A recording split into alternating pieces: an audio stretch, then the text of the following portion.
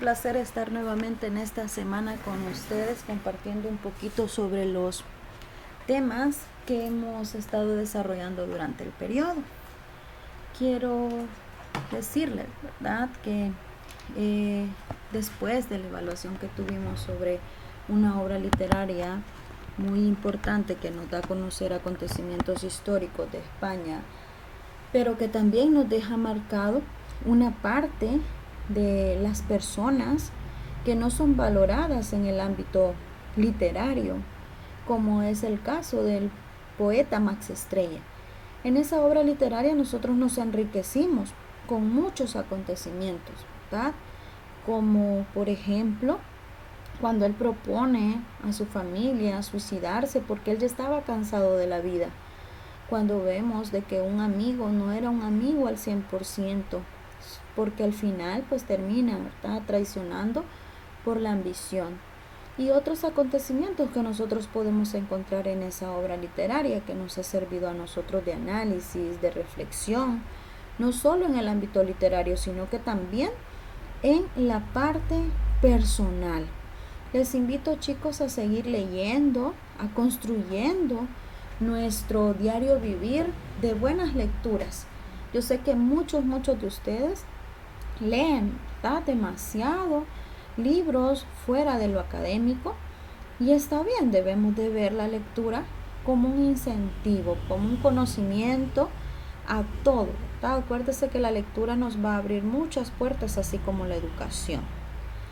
En este día, chicos, vamos a hablar un poquito sobre un tema muy importante, el cual es los juegos de mesa como una terapia, ¿verdad?, de familia, para convivir, para estar en sano esparcimiento un momentito con nuestros papás, con nuestros hermanos, nuestros abuelitos, tíos, con quien nosotros pasemos el día a día.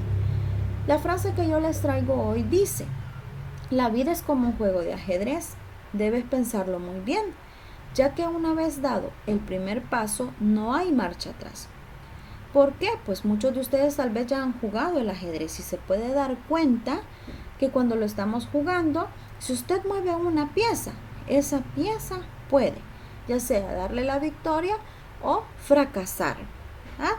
Por eso nosotros debemos de tomar muy en cuenta que en nuestra vida debemos de pensar lo que vamos a hacer, cómo lo vamos a hacer, para qué lo voy a hacer, porque muchas veces ya no podemos rectificar lo que hemos hecho de una manera incorrecta.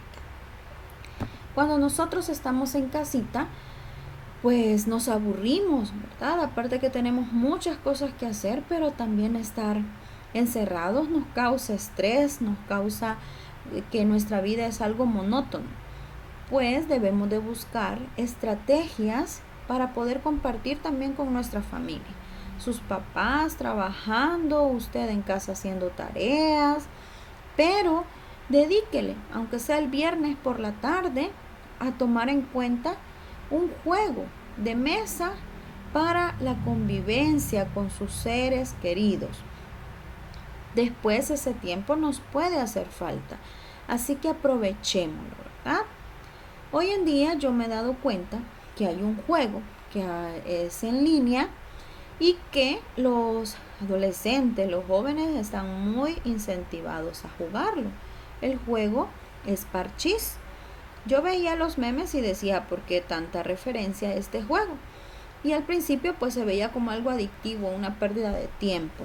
Pero después, cuando fui viendo y analizando el juego, me di cuenta que también en ese juego, si usted pues lo juega, ¿verdad?, de manera correcta, le ayuda al razonamiento lógico, ayuda a que comparta con otras personas, ayuda también a que usted sea capaz de controlar sus emociones, porque he visto, ¿verdad?, acá en mi casa como mis primas juegan a ello y pues ellas se emocionan mucho cuando ganan, se enojan cuando pierden y la vida es así, pero no tenemos por qué enojarnos, es un juego.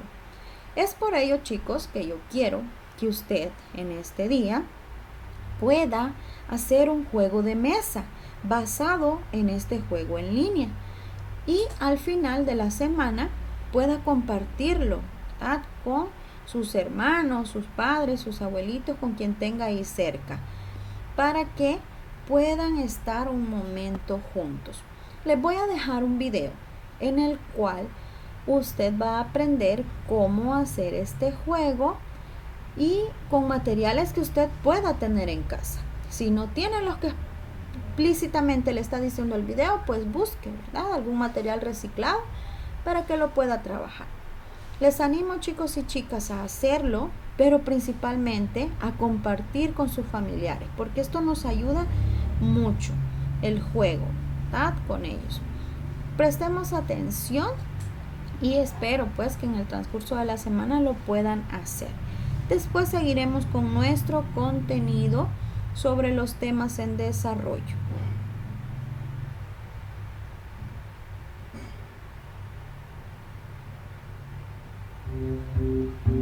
Con este tablero de parchís lo pasarás bien 2 veces, cuando lo construyas tú mismo y cuando juegues con él.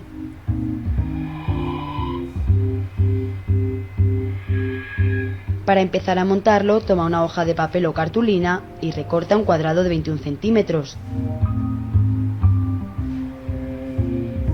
Divide cada uno de los lados en 3 partes iguales.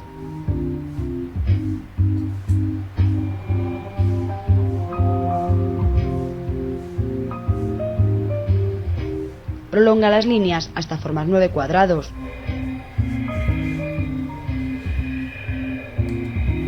Colorea cada una de las esquinas con los colores propios del parchís, es decir, rojo, azul, verde y amarillo. Divide estos 2 cuadrados en 3 partes iguales horizontales.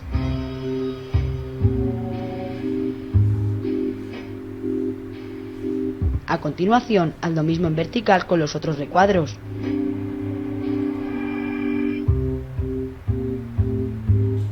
Ahora divide las casillas de la izquierda y la derecha en 7 partes, de abajo a arriba.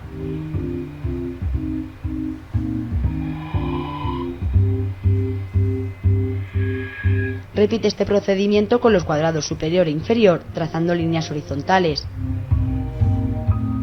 En el cuadrado central, traza las diagonales.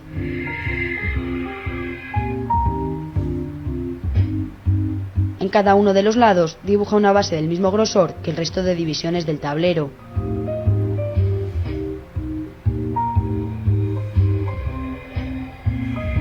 Aquí se forman unos triángulos.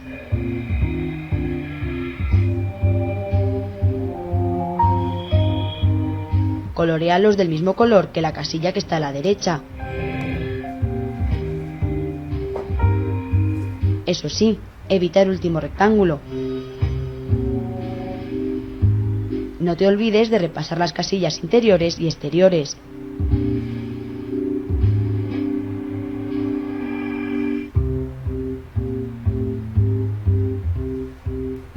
A continuación vamos a numerar las casillas. Comienza por la esquina inferior derecha. Numera también la base de los triángulos. En total tendrás 68 casillas. Después, marca las zonas de seguridad con un círculo en las casillas 5, 12, 17, 22, 29, 34, 39, 46, 51, 56, 63 y 68. Por último, colorea las áreas de salida de cada jugador con el color que corresponda. Son las casillas 5, 22, 39 y 56 respectivamente, que tendrán el mismo tono que el cuadrado junto al que están. El tablero ya está casi listo. Consigue un cuadrado de cartón de las mismas dimensiones y pega la cartulina sobre él.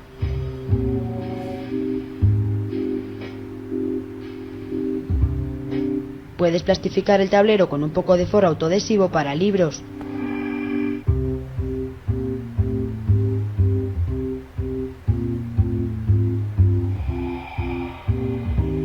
Pega los extremos del plástico por la parte trasera para asegurar la cartulina en la base.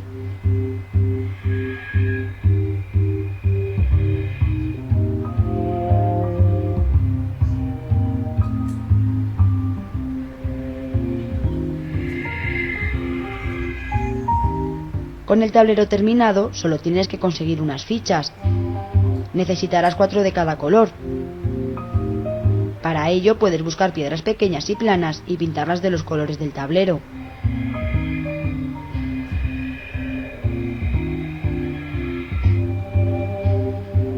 Ahora que ya lo tienes todo, consigue un dado y ponte a jugar.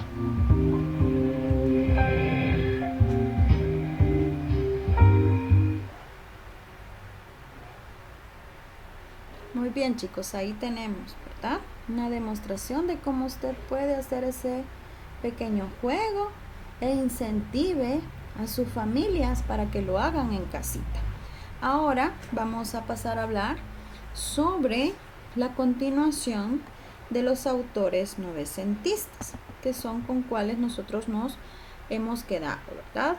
Si usted recuerda, la última clase estuvimos hablando sobre Juan Ramón Jiménez y Platero y yo. Pues ahora vamos a continuar con los demás autores y además vamos a introducirnos ya a nuestro penúltimo tema, el cual es el vanguardismo. Para este día, chicos, les voy a explicar cuál es el indicador de logro. Vamos a hacer una introducción a desarrollar el contenido. Dentro de él les voy a presentar un video. También pues invitarles nuevamente a que jueguen en línea sobre el tema que estamos viendo, la consolidación y las preguntas y respuestas. ¿Qué es lo que nosotros tenemos que alcanzar al finalizar esta clase? Primero, que usted reconozca toda aquella riqueza cultural, literaria de los autores del novecentismo.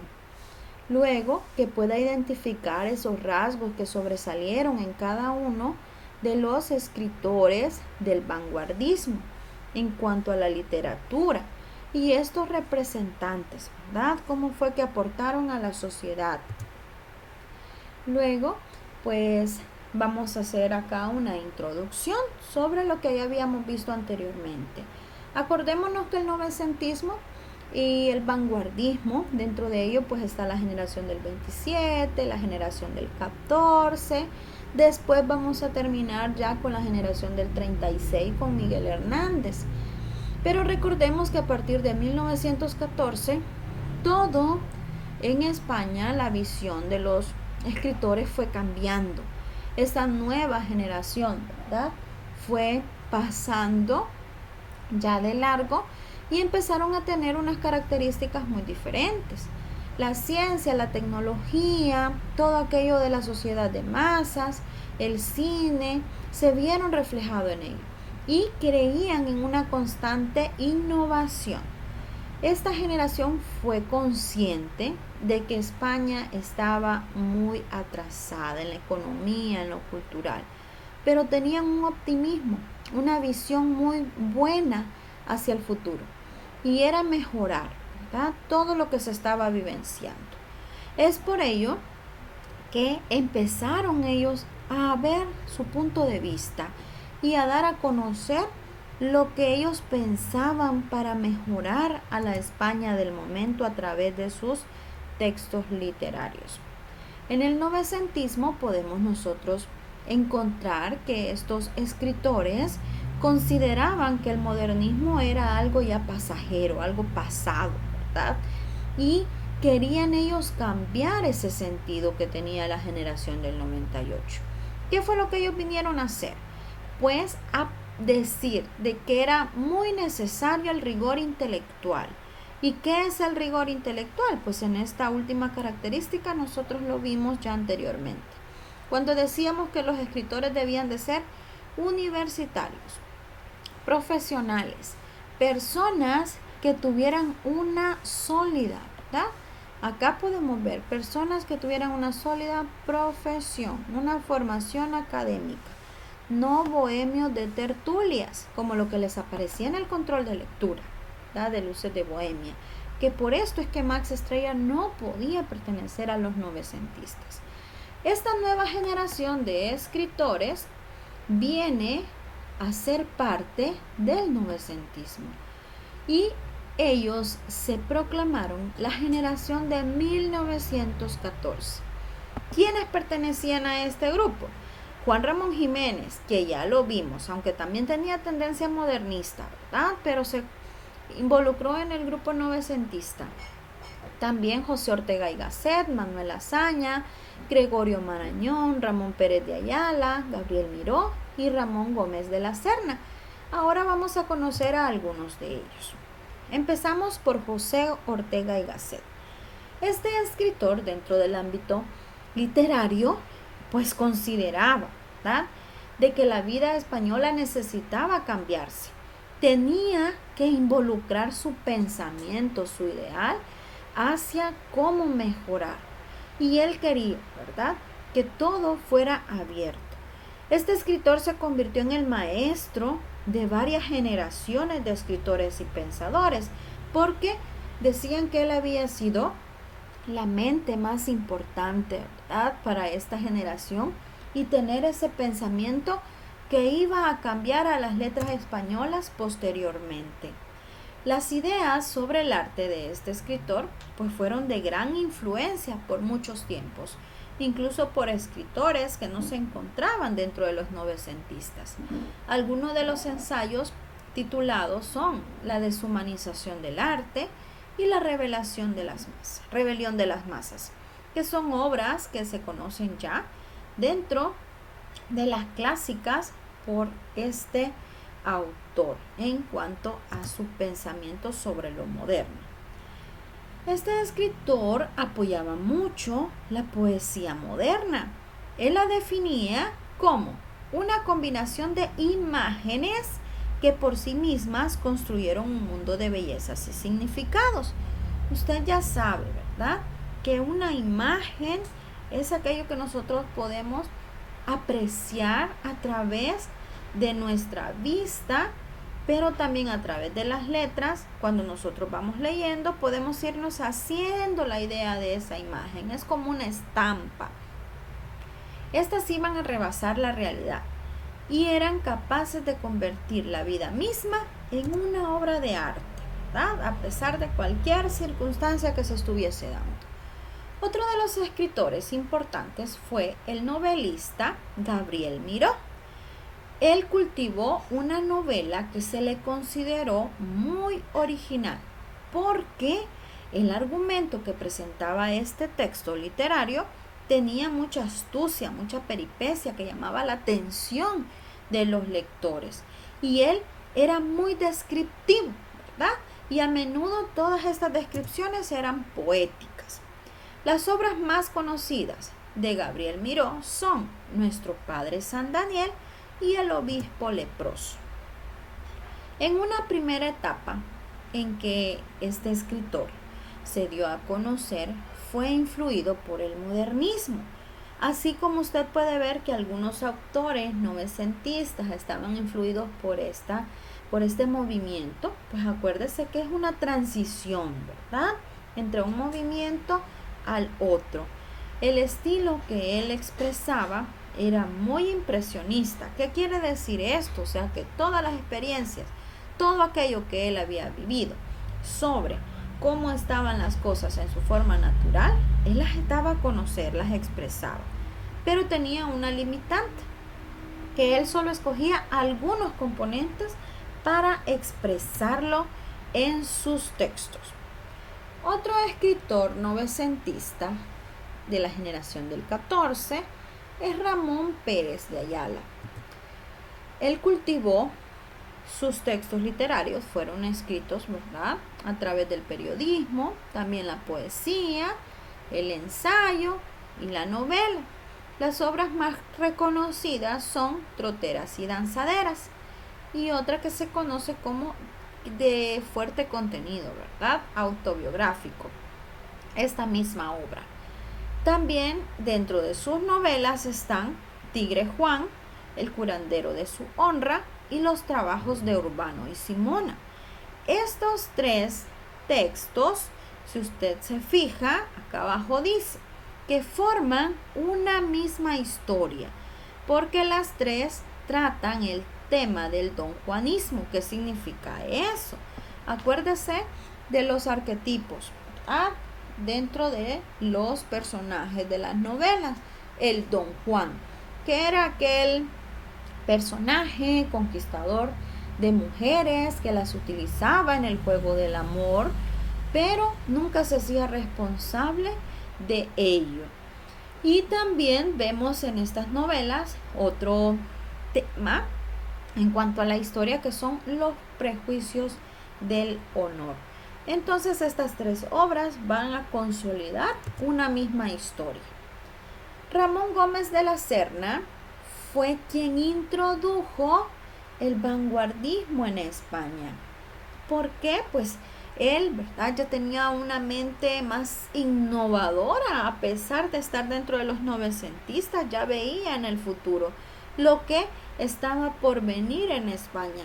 El vanguardismo pues se dio, ¿verdad?, en muchos países, no solo en España, y no se dio solo en las letras, sino que también en pinturas, ¿verdad?, que es muy reconocido por ello. Ramón Gómez de la Serna era muy extravagante, muy provocador en cuanto a su personalidad. Él escribió en todos los géneros, ¿verdad?, en el lírico, en el narrativo, en el dramático, y también inventó un nuevo género, al cual él llamó la greguería. ¿Qué es la greguería? Este escritor la definió como sumar la metáfora más el humor dentro de sus textos. Son unos temas que tenían, ¿verdad?, una gran variedad, y dentro de ello vamos a encontrar nosotros algunos componentes que lo hacen muy peculiar, como el sentimentalismo, el ingenio, la sorpresa, las asociaciones inesperadas, para poder expresar en sus textos lo que él quería decir. Acá hay un ejemplo de una greguería. Él utilizaba mucho, ¿verdad?, todo aquello que tiene que ver con la naturaleza. Entonces, acuérdese que la greguería era metáfora más humor. Vamos a ver acá, dice, greguerías naturales. Cuando cae granizo es que se ha abierto la granada del cielo. La arrugada corteza de los árboles revela que la naturaleza es una anciana. La hiedra es la corona de las ventanas. La langosta de mar tiene, en vez de ojos, gemelos de teatro. Lo que suena en las caracolas es lo llenas de ausencias que están. La ostra es la miniatura de la isla ideal. El grillo mide las pulsaciones de la noche. La nieve dota de papel de escribir a todo el paisaje. Ajos, dientes de bruja, magnolia, perfume lácteo. El agua no tiene memoria, por eso es tan limpia. El elefante es la enorme tetera del bosque. Las almejas de valvas entreabiertas nos miran con los ojos entornados. El saltamontes tiene aspecto de verdugo medieval. El ciervo es hijo del rayo y del árbol. Acá, este texto, chicos, nosotros lo podemos ver cargadísimo, ¿verdad?, de metáforas. Porque, por ejemplo, ¿verdad?, cuando usted ve acá, cuando cae granizo, es que se ha abierto la granada del cielo. Usted sabe que el granizo es un pedazo de hielo que cae con la lluvia y cuando toca suelo, se mira, ¿verdad? El hoyito, si estamos en tierra, de dónde ha caído. Entonces, este autor hacía referencia a eso, ¿verdad? Mezclaba las metáforas con el humor para poder hacer más atractivo el texto literario. Estos autores son los que pertenecen al novecentismo, los autores de la generación del 14, como se les conoció. Ahora vamos a ver el vanguardismo literario. Si usted se fija en la portada que he colocado acá del vanguardismo, está esta famosa imagen. Ya la hemos trabajado antes en la materia de lengua. ¿Se recuerdan cómo se llama esto? A ver, unos 3 comentarios que me escriban por favor en el chat. ¿Cómo se llama esto? Unos segunditos para que usted lo pueda escribir. Ya hemos visto este tipo de poemas que se hace, ¿verdad? Escribiendo según lo que nosotros estamos inspirados, con la emoción de poder hacer una imagen. Muy bien, ya lo colocaron ahí en el chat.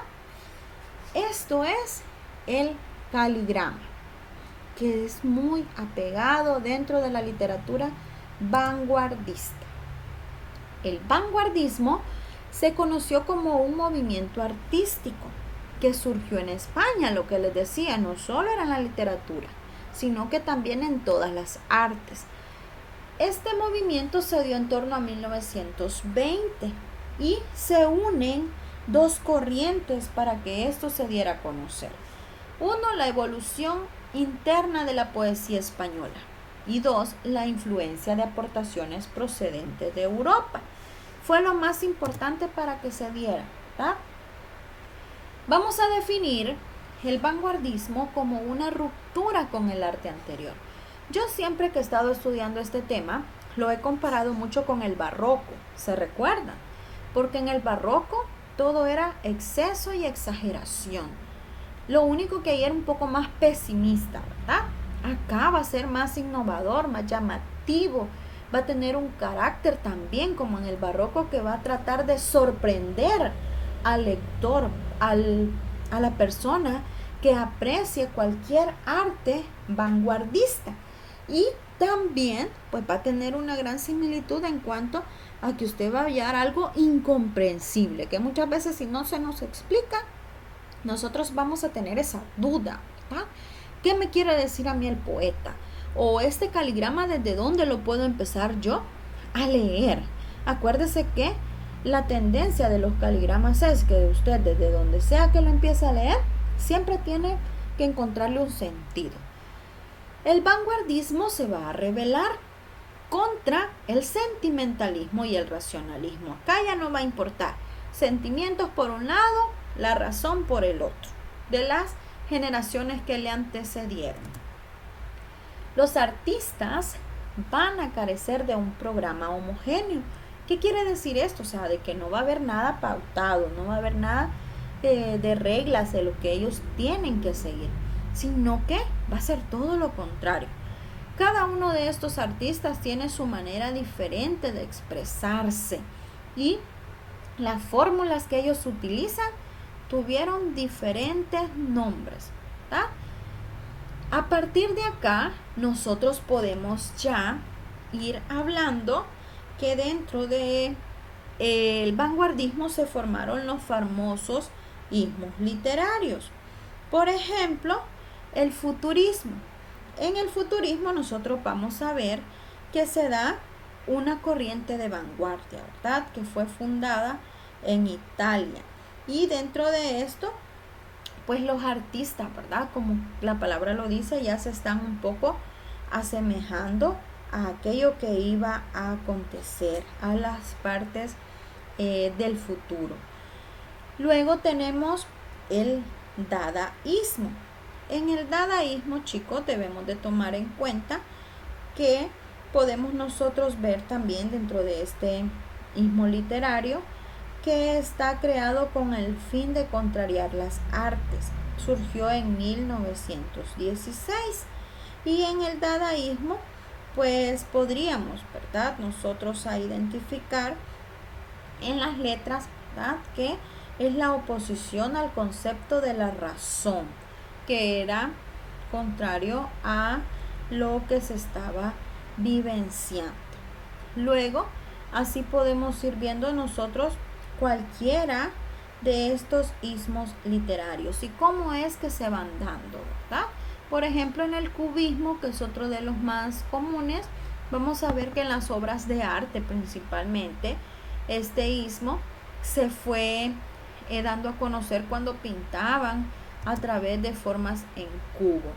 Y aquí tenemos, ¿verdad?, que son los ismos de la vanguardia y dónde es que cada uno de ellos ha nacido. Luego, el surrealismo, que nació en Francia, ¿verdad?, 1924, y así sucesivamente cada uno de estos ismos literarios. Acá podemos nosotros identificar en este mapa, pues cada uno de ellos y su importancia. Si usted se fija acá, el que nació en España, ¿cuál fue? El ultraísmo. Y se le consideró un movimiento poético específicamente español. ¿Cuáles eran los rasgos ultraístas? Rechaza la anécdota y lo romántico, poesía sin rima y hecha a partir de imágenes y símbolos, ¿verdad?, poemas en verso libre. Valoraron mucho la metáfora, porque la metáfora es decir con palabras bellas, exaltadas, bonitas, algo que forme parte de la realidad. ¿Quién inició el ultraísmo en España? Guillermo de Torra, ¿verdad? Y muchos representantes de ellos están, por ejemplo, el español Vicente Aleixandre. Bien, ahora, chicos, quiero invitarlos a que nosotros podamos ingresar, ¿verdad?, a la página de Cerebrity. Como se los dije la vez pasada, en esta página interactiva es muy bonita porque podemos ir aprendiendo mucho sobre los temas. Ahí encontré un tema sobre el novecentismo y las vanguardias que nos puede ayudar de gran manera a nosotros. Vamos a continuar la siguiente clase hablando de los vanguardistas, ya un poquito más sus características y quiénes fueron esos autores representantes de la vanguardia, ¿verdad? Y terminamos con Miguel Hernández, pero quiero que usted practique un poquito con este juego y si gusta, pues puede enviar evidencia, ¿verdad?, de lo que usted ha trabajado, y si ha tenido algún problema, algún tema que no comprendió, pues me lo dice. Para la consolidación, chicos, del novecentismo y el vanguardismo, les voy a presentar un video. En este video nosotros vamos a ver un poquito más de lo que hemos estado hablando, a conocer algunas partes que se nos ha hecho muy importante para que podamos consolidar sobre los autores novecentistas. Y vamos a hablar después la siguiente clase sobre ello. Pongamos atención, por favor. La poesía es el lenguaje incorruptible, escribió Gerardo Diego, un escritor español que fue una figura importante en el movimiento literario de la generación del 27. En este video aprenderás quiénes la conformaban, cuál era su ideología, así como rasgos y características de su escritura.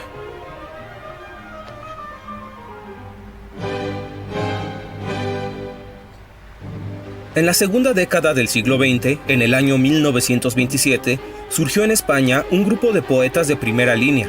Estos se consideraron herederos de ciertas tradiciones literarias que los antecedían. Por un lado, relevaron a la generación del 98, en la cual se reunían aquellos escritores nacidos entre 1864 y 1876, los cuales vivieron una constante crisis ocasionada por la guerra hispano-estadounidense. Por otro lado, con respecto a sus influencias, continuaron con la autoridad intelectual de Ortega y Gasset y heredaron el magisterio poético de Juan Ramón Jiménez, del que admiraban su poesía pura, la cual surgió en el periodo entre guerras y fue un movimiento en contra del romanticismo.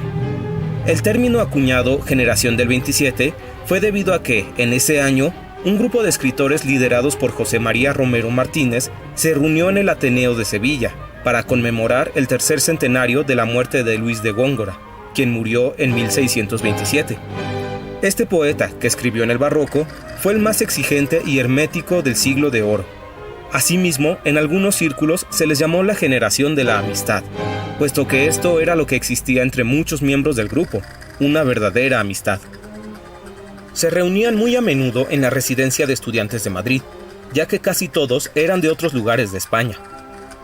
Poco tiempo después, este sitio fue considerado de culto, debido a que ahí desarrollaban muchas aficiones culturales, literarias o artísticas, entre ellas la creación y representación de obras teatrales. Se llevaban a cabo múltiples e intensas tertulias literarias, así como se organizaba la participación de los integrantes en importantes revistas de la época, como la Gaceta Literaria o la Revista de Occidente. Ahora bien, hablaremos acerca de las principales características de las letras de dicha generación. Respecto a su poesía, podemos y debemos considerar que, a pesar de ser enormemente fecunda y diferente, tuvo varios elementos de unión fuertemente señalados. 1. Buscaban la síntesis entre la tradición y la vanguardia, la cual, mediante el lenguaje, intentó romper con las ideas del pasado. El pintor Salvador Dalí fue un estudiante de la Residencia de Madrid. 2. Muchos de estos poetas estaban influenciados por el surrealismo y lo utilizaban para plasmar la belleza en sus textos con una libertad expresiva sensacional, pero evitaban caer en el sentimentalismo, como lo hacía el romanticismo. 3.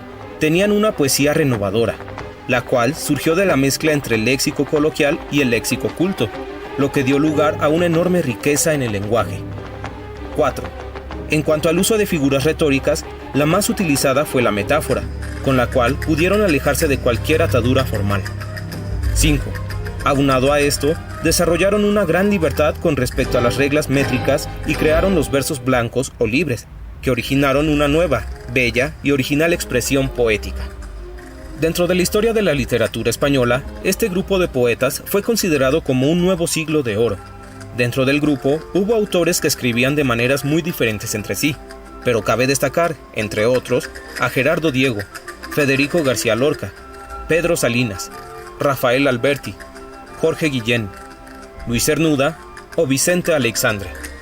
Del mismo modo, surgió en sintonía un grupo de mujeres artistas que se hicieron llamar las Sin Sombrero, quienes se dedicaron a desarrollar su arte en el Liceum Club Femenino, espacio que compartían con los miembros de la generación del 27.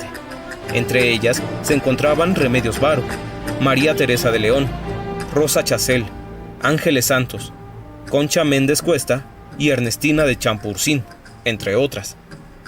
Para finalizar, es importante recordar que la generación del 27 no solo dio frutos en la literatura, ya que también ampliaron su espectro hacia la pintura, el cine, el teatro, la animación y la escultura.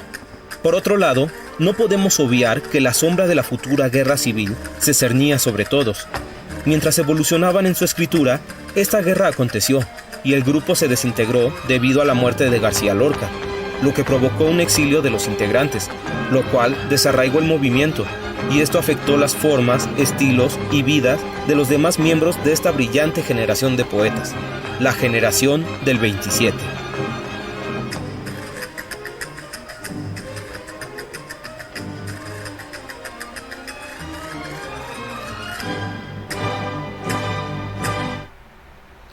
Muy bien, chicos, como nosotros podemos ver, ahí pues se está reflejando, ¿verdad?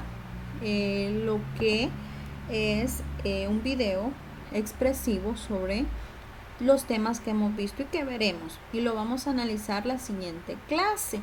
Ahora los dejo con las preguntas y respuestas. Recuerda que si usted tiene dudas, consultas, puede también escribirme a mi correo o al WhatsApp o un mensaje en Twitter para poder apoyarle en todo lo que usted necesite.